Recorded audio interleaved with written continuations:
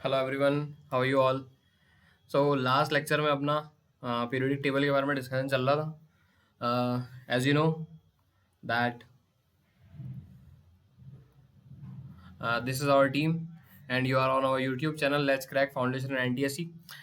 जितने भी लोग आपको दिख रहे हैं सभी लोग अपने सब्जेक्ट में एक्सपर्ट्स हैं, तो मेरे बारे में कुछ जानिए।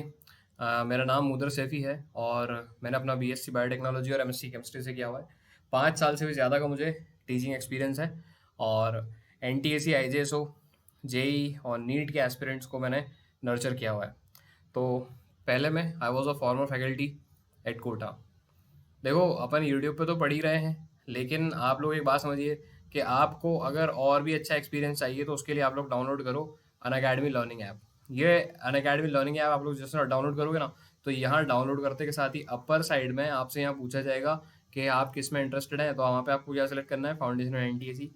वैसे जो लोग 11th में 11th ऑप्ट कर सकते हैं, 12th वाले 12th ऑप्ट कर सकते हैं, IIT, pre medical, whatever your streams are, आप ऑप्ट कर सकते हो। ठीक है, तो यही क्या है ना कि फिर नीचे आपको पूछा जाएगा about to get the subscription. Subscription लेने के लिए आपको क्या करना है, सब्सक्रिप्शन लेने के लिए आपको कोड यूज करना है पे करते टाइम MDS10। ठीक है, MDS10 जैसे यूज करोगे ना, वैसे ही आपको कितने परसेंट का डिस्काउंट मिल जाएगा, 10% का डिस्काउंट मिल जाएगा। अब बात ये है यार कि इसका फायदा क्या है, मतलब कि अनअकैडमी को हम सब्सक्राइब क्यों करें। तो सब्सक्राइब करने का देखो सबसे अच्छा फायदा, सबसे बड़ा फायदा ये है कि आपको लाइव क्लासेस अवेलेबल हैं, और ये लाइव क्लासेस अगर आपकी छूट भी जाती हैं तो आपको डाउनलोडेड फॉर्म में अनअकैडमी का जो ऐप रहेगा उस ऐप के अंदर ही ये पूरा अवेलेबल रहेगा। फिर दूसरी बात क्या है कि ये तो यूट्यूब पे भी है, यूट्यूब पे भी डेटा अवेलेबल है, वो पढ़ सकता है। But the thing is that कि आपको जितना भी लर्निंग मटेरियल है, पीडीएफ्स हैं, वो सारी चीज़ें वहाँ पे अवेलेबल हो जाएगी। जो भी आपको लेक्चर नोट्स बनवाए जाएंगे वो सारे के सारे वहाँ पे अवेलेबल होंगे। मल्टीपल एजुकेटर्स हैं, बहुत सारे एजुकेटर्स से आप पढ़ सकते हो, मतलब कोई एक समझ में नहीं आ रहा तो दूसरे से, दूसरा नहीं तो तीसरे से, इस तरीके से जरा मल्टीपल एजुकेटर्स आप वहाँ पढ़ सकते हो। अभी आप वहाँ पे ऐसा करो कि पहले स्पेशल क्लासेस लो, स्पेशल क्लास का एक्सपीरियंस लेने के बाद आप सब्सक्रिप्शन कोर्स ले लो। यार ये सब्सक्रिप्शन कोर्स इसलिए ज़रूरी है क्योंकि इसमें है ना आपको हर 3 लेक्चर के बाद एक डाउट सेशन मिलता है, तो उसमें आप अपने डाउट 1 to 1 मुझसे क्लियर कर सकते हो। ठीक है, तो इसके लिए करना क्या होगा, आपको गेट सब्सक्रिप्शन में जब आप पे करने के लिए जाएंगे तो प्रोसीड टू पे वाला ऑप्शन आ रहा है ना यहाँ पे, इससे पहले आपको क्या लिखना होगा, MDS10। और MDS10 लिखते के साथ ही क्या होगा कि देखो आपका 1 ईयर का फी, ये किन स्टूडेंट्स के लिए, ये उन स्टूडेंट्स के लिए जो 10th में है और जो किसके लिए प्रिपरेशन कर रहे हैं, एनटीएससी के लिए प्रिपरेशन कर रहे हैं, ये उनके लिए है। आप लोग करो तो 10% ऑफ आपको हो जाएगा, क्या यूज़ करने पे, MDS10 यूज़ करने पे। और अगर 2 ईयर का सब्सक्रिप्शन ले रहे हो, ये किन के लिए होता है, ये होता है 8th और 9th के स्टूडेंट के लिए जो NSEJS के लिए प्रिपेयर कर रहे हैं। तो सीधा क्या होगा, 21,000 से आपका जो फीस स्ट्रक्चर है वो कितना हो जाएगा, 18,900। ये 10% का डिस्काउंट है। ठीक। फिर इसके बाद आपको अगर और इन्फॉर्मेशन चाहिए तो मेरा टेलीग्राम यूज़र नेम है @muder8। इस पे आप मुझसे कांटेक्ट करो, और अगर कोई डिटेल की ज़रूरत है और अगर कोई क्वेश्चन है, डाउट है, क्यूरीज है, तो इसके बारे में आप मुझसे पूछ सकते हो। कहाँ पे, @muder8 पे। इसके बाद मेरा एक चैनल भी है, आप ये भी ज्वाइन कर सकते हो, T.me मुदर सेफी।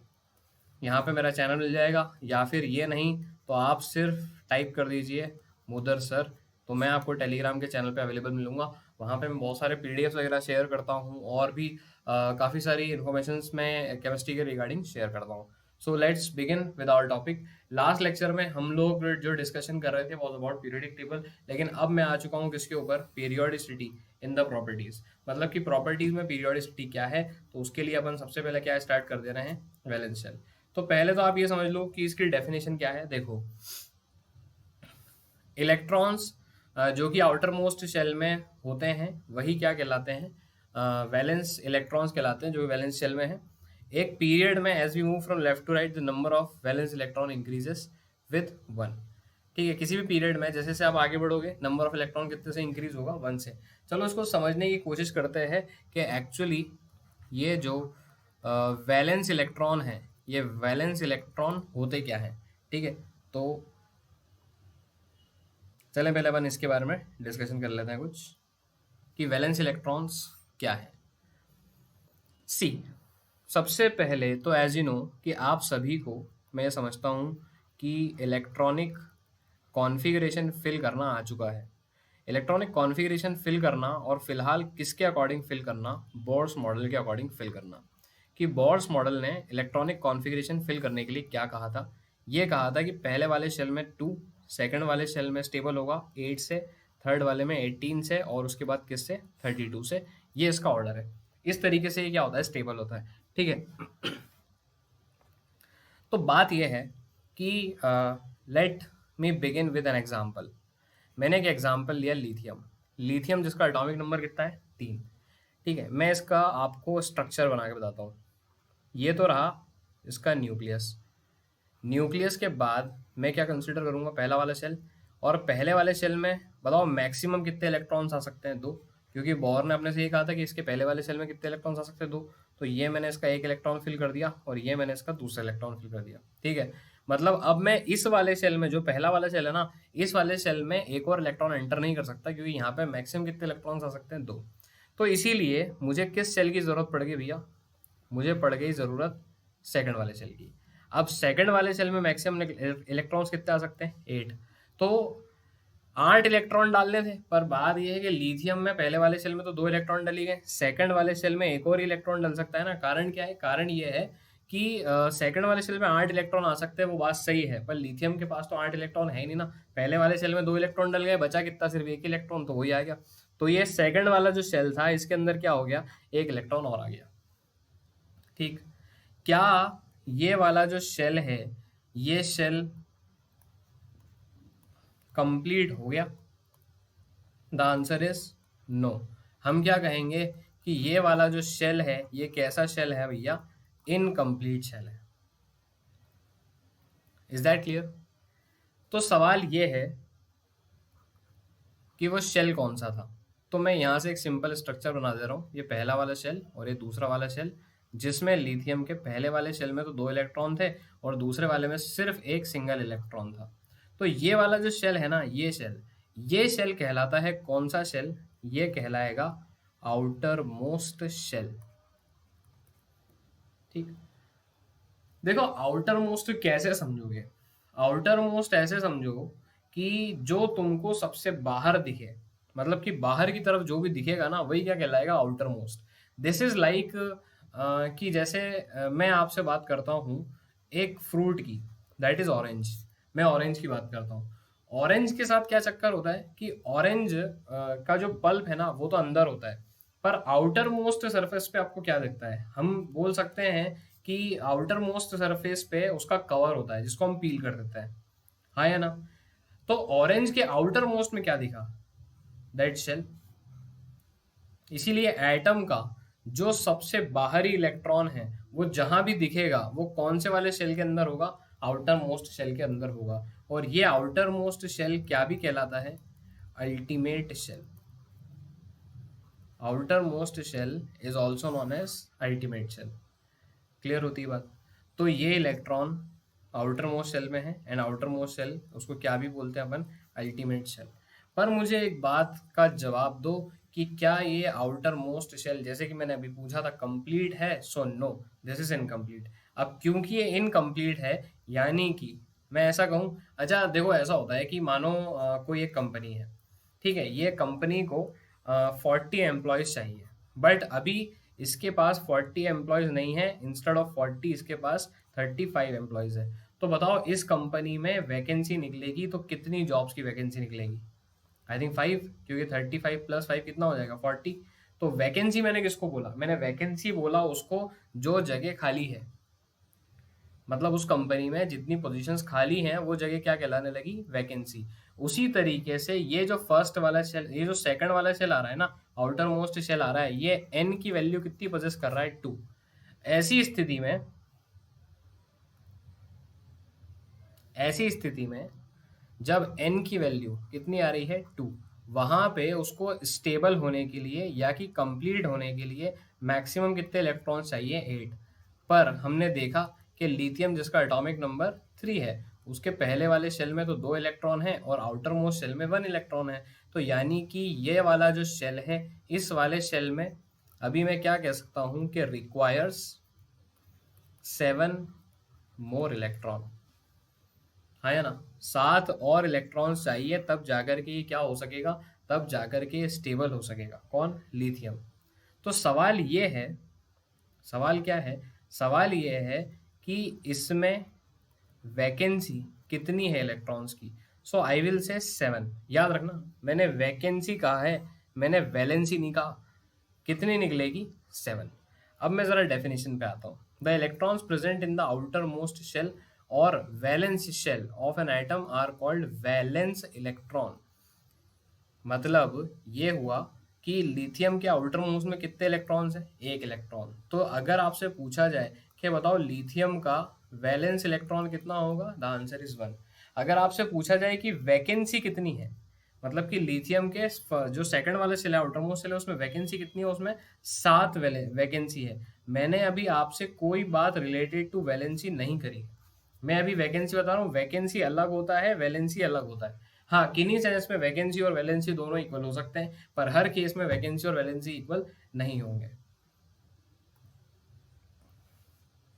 एक एग्जांपल मैं आपसे डिस्कस कर लेता हूँ, किसका? सोडियम का, जिसका एटॉमिक नंबर है 11। मुझे बताओ इसके पहले वाले शेल में कितने इलेक्ट्रॉन्स आ सकते हैं? मैक्सिमम 2। सेकंड वाले में 8। बताओ 8 और 2 कितने हो गए? 10 हो गए। Total number of electrons, atomic number कितना होता है सोडियम का? 11।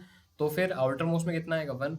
यानी कि सोडियम के आउटर मोस्ट में, यानी कि मैं कौन सा शेल बोल सकता हूँ इसको? मैं बोल सकता हूँ अल्टीमेट शेल। अल्टीमेट शेल में कितने इलेक्ट्रॉन्स है? 1 इलेक्ट्रॉन है। अब ये जो एक इलेक्ट्रॉन है ना, ये एक इलेक्ट्रॉन क्या स्टेबल है? नहीं है, क्योंकि हमको पता है कि इस शेल में भी कितने होने चाहिए? टोटल 8।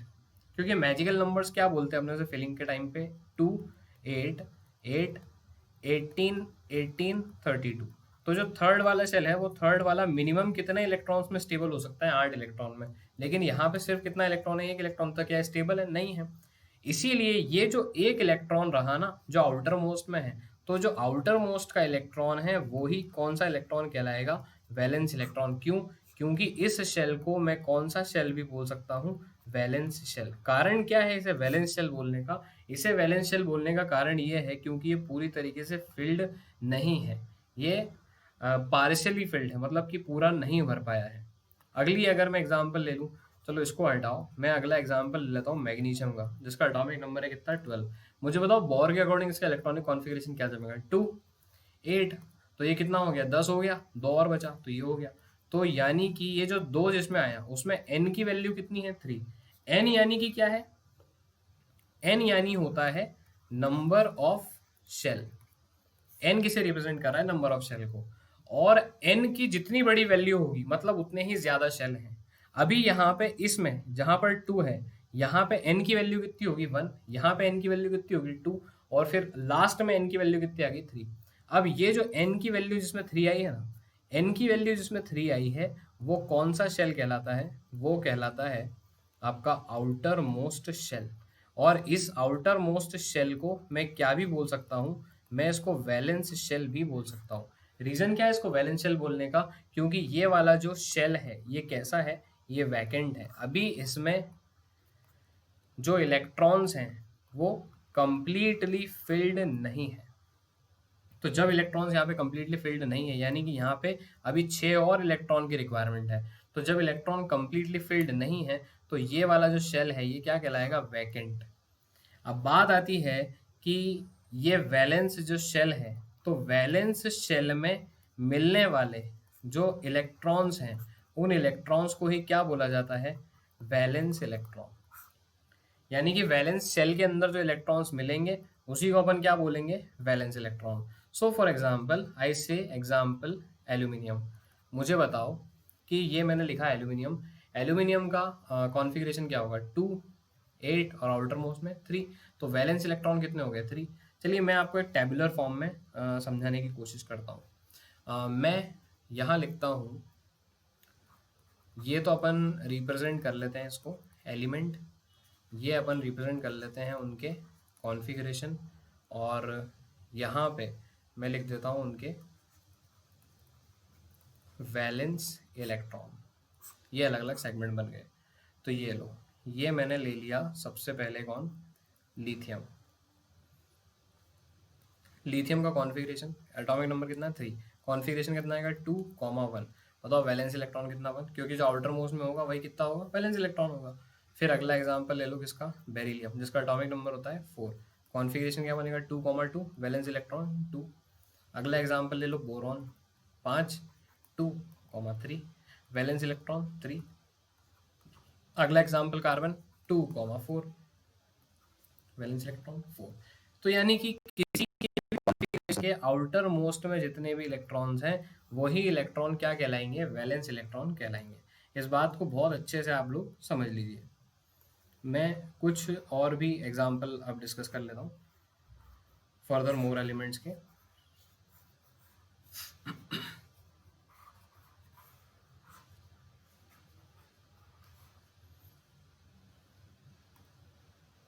देखो जैसे सोडियम, एटॉमिक नंबर 11, कॉन्फ़िगरेशन क्या सेट होगा 2,8,1, तो वैलेंस इलेक्ट्रॉन 1। वैसे ही एल्यूमिनियम, एटॉमिक नंबर 13, कॉन्फ़िगरेशन क्या सेट होगा 2,8,3, तभी तो 13 हो रहे ना, तो वैलेंस इलेक्ट्रॉन कितने होंगे 3। उसी तरीके से अगर मैं एक एग्जांपल ले लूँ फ्लोरीन, फ्लोरीन जिसका एटॉमिक नंबर कितना है 9, तो ये क्या सेट होगा 2, आउटर मोस्ट बताओ कितने आएंगे, अब 7 आएंगे, तो वैलेंस इलेक्ट्रॉन कितने होंगे 7। I guess this is clear. अब मैं एक एग्जांपल ले लेता हूँ किसका, नियॉन, एटॉमिक नंबर 10, पहले वाले सेल में 2, आउटर मोस्ट सेल में 8, तो वैलेंस इलेक्ट्रॉन कितने होंगे। तो यार आउटर मोस्ट शेल, यानी कि अब डेफिनेशन को आप पढ़ो ढंग से, in a period as we move from left to right the number of valence electron increases from 1 to 8। यही हुआ कि नियॉन आउटर मोस्ट शेल में जो इलेक्ट्रॉन्स हैं वही इलेक्ट्रॉन वैलेंस इलेक्ट्रॉन हो गए, और ये ना वैल्यू कितनी हो गई 8। I guess this is clear है। तो मैं आपसे कुछ छोटे मोटे डाउट पूछ लेता हूँ, एग्जाम्पल पूछ लेता हूँ, मुझे इसके बारे में आप आंसर दो। ये मैंने लिखा फॉस्फोरस, जिसका एटॉमिक नंबर है 15, बताओ उसका कॉन्फ़िगरेशन क्या सेट होगा, आई थिंक 2,8,5। तो जो इसके वैलेंस इलेक्ट्रॉन है, वैलेंस इलेक्ट्रॉन कितने निकलेंगे 5। इसी तरीके से अगर मैं ले लेता हूँ एग्जाम्पल सल्फर का, जिसका एटॉमिक नंबर 16 है, क्या निकलेगा 2,8,6। तो जो वैलेंस इलेक्ट्रॉन है वो कितने निकल जाएंगे यहाँ पे 6। रीजन क्या है, आउटर मोस्ट शेल जो वैलेंस शेल है, जिसको अल्टीमेट शेल भी बोलते हैं, उसमें जितने भी इलेक्ट्रॉन्स आएंगे वो सारे के सारे इलेक्ट्रॉन्स ही क्या कहलाते हैं, आपके वैलेंस इलेक्ट्रॉन कहलाते हैं। I guess this is clear.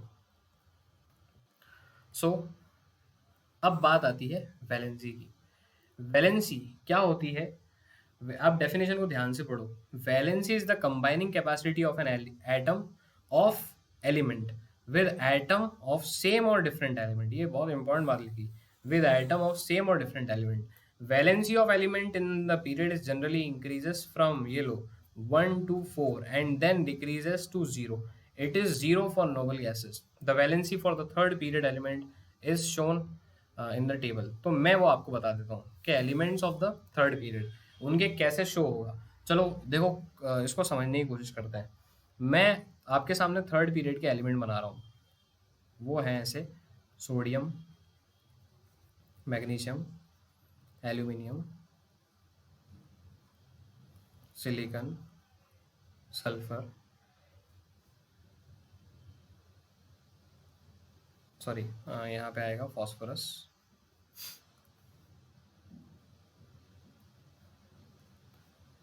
First is phosphorus, sulphur, chlorine, right.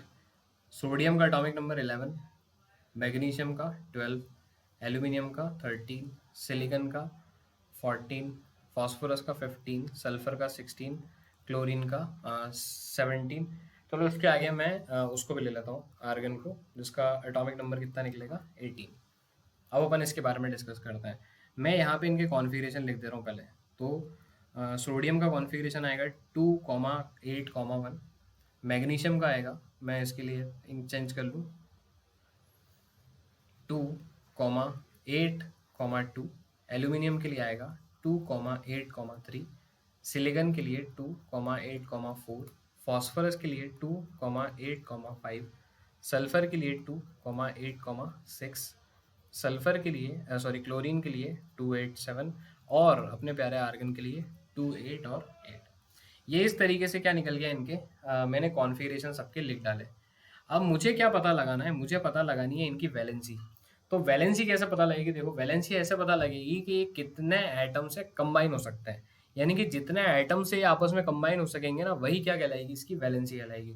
तो देखो, मैं सबसे पहले बात करता हूँ सोडियम की। एक बात बताओ, सोडियम के आउटर मोस्ट में एक इलेक्ट्रॉन है, तो ये शेयर कितने कर सकता है, सिर्फ एक इलेक्ट्रॉन। तो यानी कि ये कितने सोडियम से कंबाइन हो सकता है, वन। भाई आप, चलो मैं वैलेंसी की आपको एक बहुत और भी सिंपल से डेफिनेशन प्रोवाइड करवा देता हूँ। अपन इन सारी बड़ी बड़ी बातों को जाने देते हैं, कौन किससे कंबाइन हो रहा है, किससे नहीं हो रहा। आप इस बात को ऐसे समझो कि सोडियम के आउटर मोस्ट में एक इलेक्ट्रॉन है। सोडियम स्टेबल कब होगा, सोडियम स्टेबल तब होगा जब सोडियम के आउटर मोस्ट में 7 और इलेक्ट्रॉन आएंगे और उसके आउटर मोस्ट शेल में 8 इलेक्ट्रॉन्स फिल हो जाएंगे।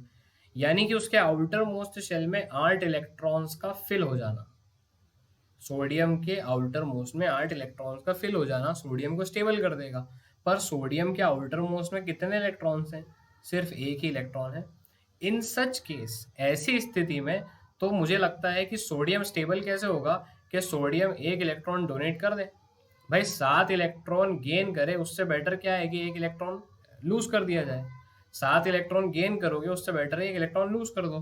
तो सोडियम ने क्या किया कि सोडियम ने अपने आउटर मोस्ट इलेक्ट्रॉन जो कि एक है, उसको डोनेट करना पसंद किया। तो इसीलिए उसकी वैलेंसी कितनी हो गई, one. Because number of electrons donated और गेन्ड, उससे आप वैलेंसी निकाल सकते हो। देखो कैसे, मैग्नीशियम आउटर मोस्ट में कितने इलेक्ट्रॉन्स है, 2। मुझे बताओ 6 एक्सेप्ट करे वो बेटर है या 2 डोनेट कर दे वो बेटर है। तो इसीलिए वैलेंसी कितनी हो जाएगी, 2, क्योंकि क्या करेगा, 2 डोनेट कर देगा। अब एल्यूमिनियम के लिए क्या हो रहा है कि 3 या तो डोनेट कर दे या फिर 5 गेन कर ले। तो क्या कर रहा है, पसंद करेगा 3 डोनेट करना पसंद करेगा, इसीलिए वैलेंसी कितनी हो जाएगी, 3। सिलिकॉन के आउटर मोस्ट में कितने आ रहे हैं, 4। तो अब देखो ये एक ऐसी परिस्थिति फंस गई कि अब धर्म धर्म संकट में फंस गया है कि 4 डोनेट करे या गेन करे। पर मुझे बताओ, कुछ भी करेगा, डोनेट करेगा या गेन करेगा, आंसर तो तब भी 4 ही आएगा ना। फिर फॉस्फोरस की बात कर लो, आउटर मोस्ट में कितने इलेक्ट्रॉन्स है, 5। 5 इलेक्ट्रॉन है आउटर मोस्ट में। अब या तो ये 5 डोनेट करे या 3 गेन करे, तो इजी क्या होगा, 3 गेन करना। तो इसीलिए वैलेंसी कितनी हो गई, 3। सल्फर या तो 6 डोनेट करे या 2 गेन करे, क्योंकि देखो आउटर मोस्ट का गणित ये है कि आउटर मोस्ट में 8 कंप्लीट करना है। तो या तो 6 डोनेट करे या 2 गेन करे, तो वैलेंसी कितनी आएगी, 2। क्लोरीन के आउटर मोस्ट में कितना है, 7। या तो 60 डोनेट कर दे या फिर एक गेन कर ले, तो ऑब्वियसली एक गेन ही करेगा। अब सवाल ये है कि आर्गन, इसके तो आउटर मोस्ट में 8 ही है, तो ना तो ये गेन करेगा ना लूज करेगा, तो वैलेंसी 0। देखिए हुआ क्या कि सोडियम से लेकर के तो सिलिकॉन तक वैलेंसी बढ़ी, फिर उसके बाद कम होने लग गई, कहाँ पे, क्लोरीन तक। यानी कि सोडियम की 1, फिर मैग्नीशियम की 2, फिर एल्यूमिनियम की 3, और फिर बढ़ते बढ़ते सिलिकॉन की कितनी हो गई, 4। फिर उसके बाद क्या हुआ, गिरना चालू हुई, 3 हो गई, 2 हो गई और फिर 1 हो गई।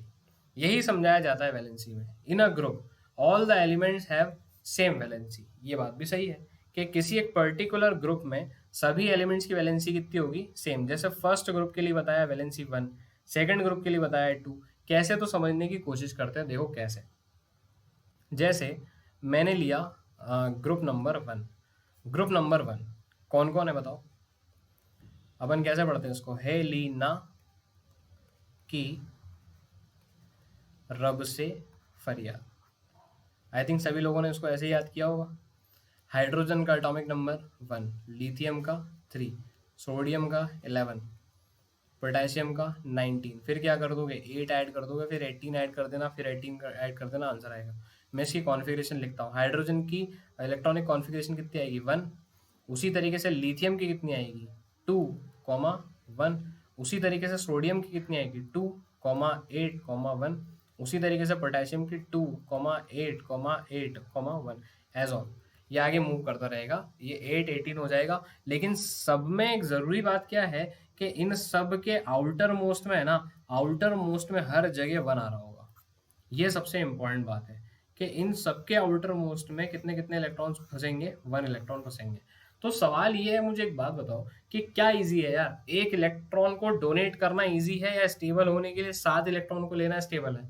जब हमारे पास ऑप्शन है या तो एक डोनेट कर दो या 7 गेन कर लो, तो क्या किया जाएगा, ऑब्वियस सी बात है, बट ऑब्वियस है कि एक इलेक्ट्रॉन को डोनेट ही किया जाएगा। इन सच केस कि जिस केस में एक इलेक्ट्रॉन को डोनेट किया जा रहा है, इन सच केस जो वैलेंसी उस एटम की निकलेगी वो कितनी निकलेगी? 1। अब जो ग्रुप है, वो ग्रुप में क्या होता है कि ऊपर से लेके नीचे तक सबकी इलेक्ट्रॉनिक कॉन्फ़िगरेशन सेम है। अबे तभी तो ग्रुप में है। कोई ग्रुप में क्यों होगा? ग्रुप में तभी तो होगा ना जब ऊपर से लेके नीचे तक सबकी वैलेंसी क्या, जब सबकी कॉन्फ़िगरेशन क्या होंगी? सेम। अगर सबकी कॉन्फ़िगरेशन सेम है तो नंबर ऑफ इलेक्ट्रॉन्स का लेन देन भी सबका क्या रहेगा? सेम। तो यानी कि सबकी वैलेंसीज भी क्या निकलने वाली है? सेम। तो ये अभी अपने से लास्ट पैटर्न में कहा कि वैलेंसी इक्वल्स टू 1। सेकंड वाला ग्रुप, उसकी वैलेंसी कितनी होगी? 2 होगी। चलो समझ करके देख लेते हैं कैसे 2 होगी। तो मैं ले लेता हूँ किसके बारे में? ग्रुप नंबर 2 के बारे में। कौन कौन है? Beryllium, magnesium, calcium, strontium, barium, radium. Beryllium atomic number 4। Magnesium atomic number 20। आप इसमें अब क्या करें कि यहाँ पे क्या हुआ था, फर्स्ट ये कौन सा पीरियड है? Second, third, fourth, fifth, sixth और ये सेवन्थ। इलेक्ट्रॉन्स को जानने का मेथड क्या है कि जब अपन फर्स्ट वाले सेल से सेकंड वाले सेल में आएंगे तो 2 इलेक्ट्रॉन डाल देंगे, जब सेकंड से थर्ड में आएंगे तो 8 डाल देंगे, जब थर्ड से फोर्थ में आएंगे तो 8 डाल देंगे, जब फोर्थ से फिफ्थ में आएंगे तो 18 डाल देंगे, फिफ्थ से सिक्स्थ में आएंगे तो 18 डाल देंगे और सिक्स्थ से सेवन्थ में आने पर 32 डाल देंगे। तो देखो हुआ क्या, यहाँ इसके ऊपर तो कुछ था नहीं, तो आगे बढ़े लिथियम के तो 4 आया, 4 में कितना ऐड कर दिया? 8, तो आंसर कितना आ गया? 12। 12 में क्या ऐड कर दिया? 8, तो आंसर कितना आ गया? 20। अब 20 में बस कुछ नहीं करना, 18 ऐड कर देना है, तो उस हिसाब से आंसर कितना आ जाएगा? 38। फिर आप 18 ऐड करोगे, फिर आप 32 ऐड करोगे, ऐसा आंसर आ जाएगा। अब मैं इसके कॉन्फ़िगरेशन की बात करता हूँ, क्या जमेगा? 2, 2। मैग्नीशियम का क्या आएगा? 2, 8, 2। कैल्शियम की बात कर लें, कैल्शियम में क्या आएगा? 2, 8, 8, 2। देखो ना, 2 + 8 10, +8 18 और +2 20, तो इलेक्ट्रॉन हो गए। इसमें एक पैटर्न एनालाइज करो, नोट करो कि सबके आउटर मोस्ट में कितने इलेक्ट्रॉन्स आ रहे हैं। सभी के आउटर मोस्ट में 2-2 इलेक्ट्रॉन्स आ रहे हैं। और क्योंकि सबके आउटर मोस्ट में 2-2 इलेक्ट्रॉन्स आ रहे हैं, इसीलिए मैं ये समझता हूँ, आपको भी शायद यही समझना चाहिए और यही होगा कि 2 इलेक्ट्रॉन डोनेट करना आसान है या 6 इलेक्ट्रॉन को गेन करना आसान है। ऑब्वियस सी बात है, 2 इलेक्ट्रॉन को डोनेट करना आसान होगा कंपैरेटिव। इसीलिए इस पूरे के पूरे ग्रुप की जो वैलेंसी बनेगी वो कितनी बनेगी? 2। अब एक और ग्रुप है जो हमेशा विवादों में रहता है, वो कौन सा ग्रुप है? वो है ग्रुप नंबर 17। ग्रुप नंबर 17 के मेंबर्स को मैं आपको बताता हूँ कौन कौन है। इसको अपन ऐसे याद करते हैं कि फिर कल बाहर आई आंटी। फ्लोरीन, क्लोरीन, ब्रोमीन, आयोडीन और एस्टेटीन। फ्लोरीन का एटॉमिक नंबर 9, क्लोरीन का 17। इसी तरीके से बस क्या करना है ना कि यहाँ से यहाँ 2 ऐड किया, 8 ऐड किया, फिर से 8 ऐड करेंगे, 18 18, और इस तरीके से आपका जो पूरा इलेक्ट्रॉनिक कॉन्फ़िगरेशन का पैटर्न है वो बढ़ता रहेगा। मुझे बताओ यहाँ पे कॉन्फ़िगरेशन क्या बनेगी? 2,7, 2,8,7, फिर 2,8,8,7। इस तरीके से नंबर ऑफ इलेक्ट्रॉन्स आगे बढ़ जाएंगे। But the thing is that कि आउटर मोस्ट में कितने इलेक्ट्रॉन्स है? 7। आउटर मोस्ट में 7 इलेक्ट्रॉन्स है, बट स्टेबल होने के लिए कितने चाहिए? 8 इलेक्ट्रॉन चाहिए। तो मुझे एक बात बताओ कि या तो 7 इलेक्ट्रॉन डोनेट कर दे, तब जाकर के उसको एक इनर शेल 2 का मिल जाएगा और यहाँ पे इनर शेल 2,8 का मिल जाएगा, या फिर एक गेन कर ले तो आउटर मोस्ट ही कितने का हो जाएगा? 8 का हो जाएगा, तो यहाँ से वो स्टेबल हो जाएगा। तो बताओ करेंगे क्या? करेंगे ये कि एक इलेक्ट्रॉन को गेन कर लिया जाएगा। अब ये जो एक इलेक्ट्रॉन को गेन किया ना, यही अपने को किसका आंसर देगा? वैलेंसी का। That valency is equals to 1। तो ग्रुप नंबर 17 के जितने भी एलिमेंट हैं सभी की वैलेंसी कितनी आएगी? 1। इसीलिए सेम ग्रुप की वैलेंसी हमेशा क्या रहने वाली है? सेम। लेकिन variation of valency across a period क्या है? The number of valency of electron increases from 1 to 8 moving across a period. The valency of the element with respect to hydrogen and chlorine increases from 1 to 4 and then decreases from 4 to 0. With respect to oxygen increases 1 to 7. ये बात मैंने आपको पहले समझा दी कि किस तरीके से, है ना, ये मैंने डिस्कशन किया था कि किस तरीके से वैलेंसी 1 से 2 हुई, फिर 3 हुई, फिर 4 हुई, फिर उसके बाद 3, 2, 1 और 0 हुई।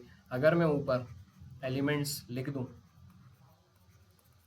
तो ये मैं कहूँगा कि मैं आपसे पहले ही सॉरी फॉस्फोरस इधर, सल्फर इधर डिस्कस कर चुका हूँ कि यही पैटर्न है कि पहले वैलेंसी बढ़ेगी और फिर उसके बाद कम हो जाएगी। So let's come to our next topic, atomic volume. कि एटॉमिक वॉल्यूम क्या है? देखो वॉल्यूम क्या होता है मुझे बताओ, है ना। अपन वॉल्यूम को कैसे मेजर करते हैं? वॉल्यूम हम किसी क्यूब के लिए कैसे मेजर करेंगे कि सारे साइड्स को मल्टीप्लाई कर दो, ए क्यूब, तो उसका वॉल्यूम आ जाएगा। तो यहाँ देखिए वॉल्यूम अपने को निकालना कैसे, पहले तो पढ़ लो। Atomic volume increases in the group from top to bottom. The increase is due to the increase in number of energy levels in a period from left to right, and atomic volume varies critically. That is decreases at first or for some elements, become minimum in the middle and then increases. मैं आपको पहले इसका trend समझा देता हूँ कि भाई इसका ट्रेंड क्या है, उसको देखो। देखो ऐसा है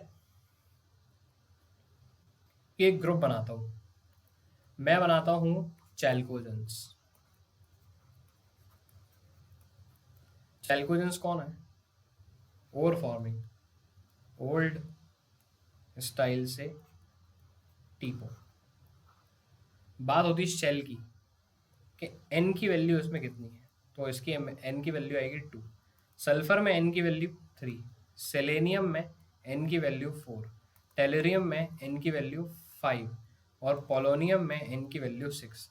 यानी कि आप यहाँ देखोगे कि जैसे जैसे आप ऊपर से नीचे आ रहे हो वैसे वैसे नंबर ऑफ शेल्स बढ़ते जा रहे हैं। अब क्योंकि नंबर ऑफ शेल्स बढ़ते जा रहे हैं तो डिस्टेंस बिटवीन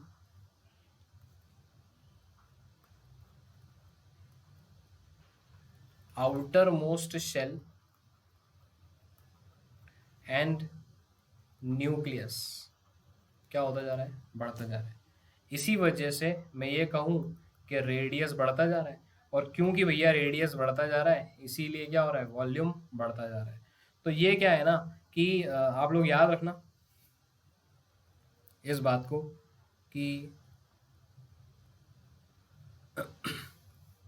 तो इस बात को याद रखिएगा बहुत अच्छे से, क्या कि जैसे जैसे अपन डाउन द ग्रुप जाते जाते हैं, और मूविंग डाउन द ग्रुप, आपका जो वॉल्यूम है वो क्या होता जाएगा? बढ़ता जाएगा। कारण क्या है? क्योंकि जो रेडियस है वो बढ़ रहा है। अबे एटम का साइज नीचे बढ़ता जा रहा है ना, जैसे जैसे शेल बढ़ रहा है वैसे वैसे क्या हो रहा है? एटम का साइज बढ़ रहा है। एटम का साइज बढ़ रहा है, इसी वजह से क्या होता जा रहा है? एटॉमिक वॉल्यूम बढ़ रहा है।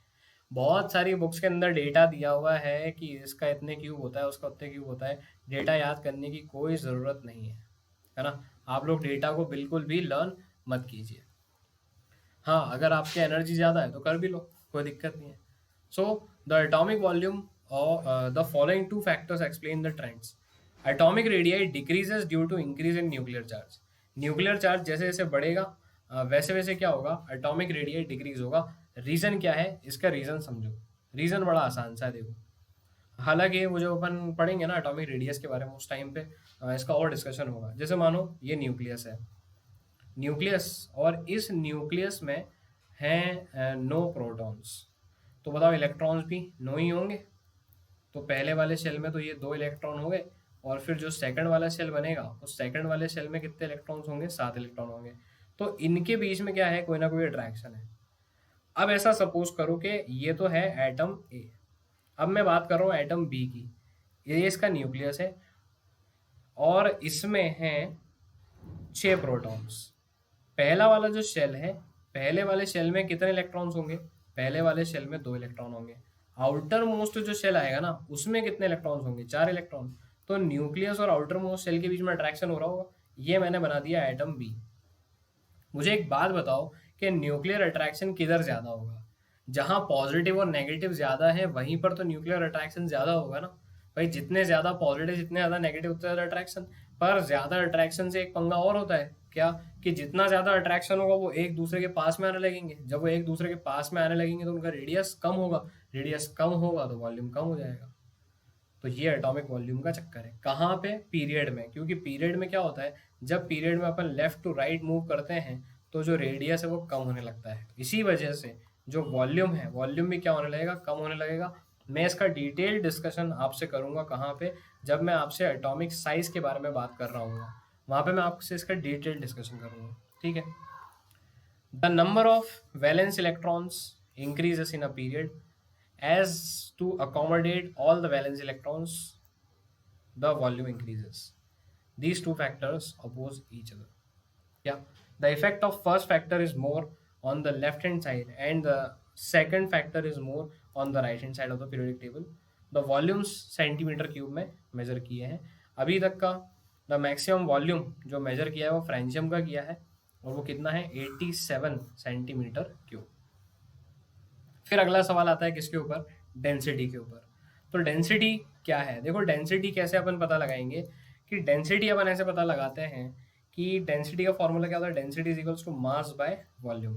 जैसे जैसे वॉल्यूम बढ़ेगा वैसे वैसे डेंसिटी कम होगी, लेकिन अगर mass with respect to volume ज़्यादा बढ़ गया तो भी डेंसिटी बढ़ेगी. These are the case. So the density of the element in solid state varies periodically. तो बात यह है यार कि अपने को क्या है ना कि इसका डेटा याद करने की कोई ज़रूरत नहीं है. दिस इज मेजर्ड इन ग्राम पर सेंटीमीटर क्यूब और ये आपको डेटा प्रोवाइडेड है डेंसिटी के बारे में. बट मैं आपको ये सजेस्ट करूंगा कि ये डेटा याद करने की कोई ज़रूरत नहीं है. These are just for your guidance. ये डेटा मैंने आपको इसलिए सामने प्रोवाइड किया हुआ है, इसको नोट कर लेना. ये सिर्फ इसलिए प्रोवाइडेड है कि आप एक बार देख सको कि यार डेंसिटी का चक्कर क्या चल रहा है. So you will measure that कि देखो आप डाउन द ग्रुप जब भी जा रहे हो ना तो डेंसिटी बढ़ रही है ना. किसी किसी जगह पर ऐसा हो रहा होगा कि डेंसिटी में फर्क आ रहा है. जैसे ग्रुप नंबर सेकंड देख लो, उसमें बेरिलियम का जो डेंसिटी है दैट इज 1.85 और मैग्नीशियम की 1.74 होगी और फिर कैल्शियम की और कम होगी कितनी 1.55. फिर अचानक से बढ़ना स्टार्ट हुई स्ट्रॉन्शियम और बेरियम के केस में. वाइल बोरॉन के केस में आप देखो कंटिन्यूस बढ़ती जा रही है. कार्बन के केस में यू विल फाइंड दैट कि वो कंटिन्यू बढ़ रही है. नाइट्रोजन, ऑक्सीजन, फ्लोरीन ये जितनी फैमिलीज आपको यहाँ पे सामने प्रोवाइडेड है, इन सभी के केसेस में क्या होता जा रहा है कि जो डेंसिटी है वो कंटिन्यूस बढ़ रही है. सिर्फ एकमात्र बेरिलियम वाला ग्रुप है जहाँ पे ऐसा हो रहा है ना. तो वजह क्या है, आपको इसको रटना है. ज़्यादा वजह वजह मत उलझो कि ऐसा क्यों हो रहा है. द थिंग इज दैट कि आपको इसको रटना है. सो अगर मैं सॉलिड की बात करता हूँ तो वहाँ पे इरिडियम की सबसे ज़्यादा डेंसिटी है कितनी 22.61 ग्राम पर सेंटीमीटर क्यूब. और लिक्विड में मर्क्यूरी की सबसे ज़्यादा है दैट इज 13.6 ग्राम पर सेंटीमीटर क्यूब. ये याद रखना यार, बहुत इंपॉर्टेंट है. और इरिडियम के लिए स्पेशली 2-3 बार क्वेश्चन आ चुके हैं. ऐसा कौन सा सॉलिड जिसकी सबसे ज़्यादा डेंसिटी है. So that is iridium. कितनी होती है 22.61 और वाइल मर्क्यूरी की कितनी आएगी 13.6 ग्राम पर centimetre cube. Is that okay. फिर आती है बात किसको लेकर के, मेल्टिंग पॉइंट और बॉइलिंग पॉइंट को लेकर के. The melting point of the element exhibits some periodic with the rise of atomic number. It is observed that the element with low values or atomic value have high melting point. तो देखो मैं आपको इसको directly समझा देता हूँ कि कैसे होता है. जिन आइटम का साइज छोटा है वो एक दूसरे के पास में रहेंगे.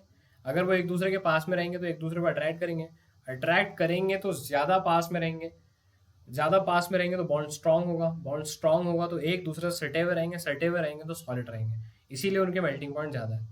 और वो एलिमेंट जिनके एटॉमिक साइजेस ज़्यादा हैं वो एक दूसरे से दूर हैं तो अट्रैक्शन कम होता है तो बॉन्डिंग भी कम होती है और उनके मेल्टिंग पॉइंट क्या होते हैं, कम होने लगते हैं. तो जैसे जैसे साइज बढ़ता जाएगा वैसे वैसे मेल्टिंग पॉइंट भी क्या होता जाएगा, कम होता जाएगा. और जैसे जैसे साइज कम होगा वैसे वैसे जो मेल्टिंग पॉइंट है वो बढ़ता जाएगा. सो मैं ये कहूँ कि ग्रुप में ऊपर से लेके नीचे आने पर मेल्टिंग पॉइंट के साथ क्या होगा तो भैया डिक्रीज होगा. So this is now end of the video. So thanks for watching. Subscribe our channel and use my code MDS10 for 10% discount. And you can join my channel t.me Mudar Saifi और search Mudar sir. और अगर आप चाहें तो मुझे contact कर सकते हैं @Mudar8 पर. Thank you.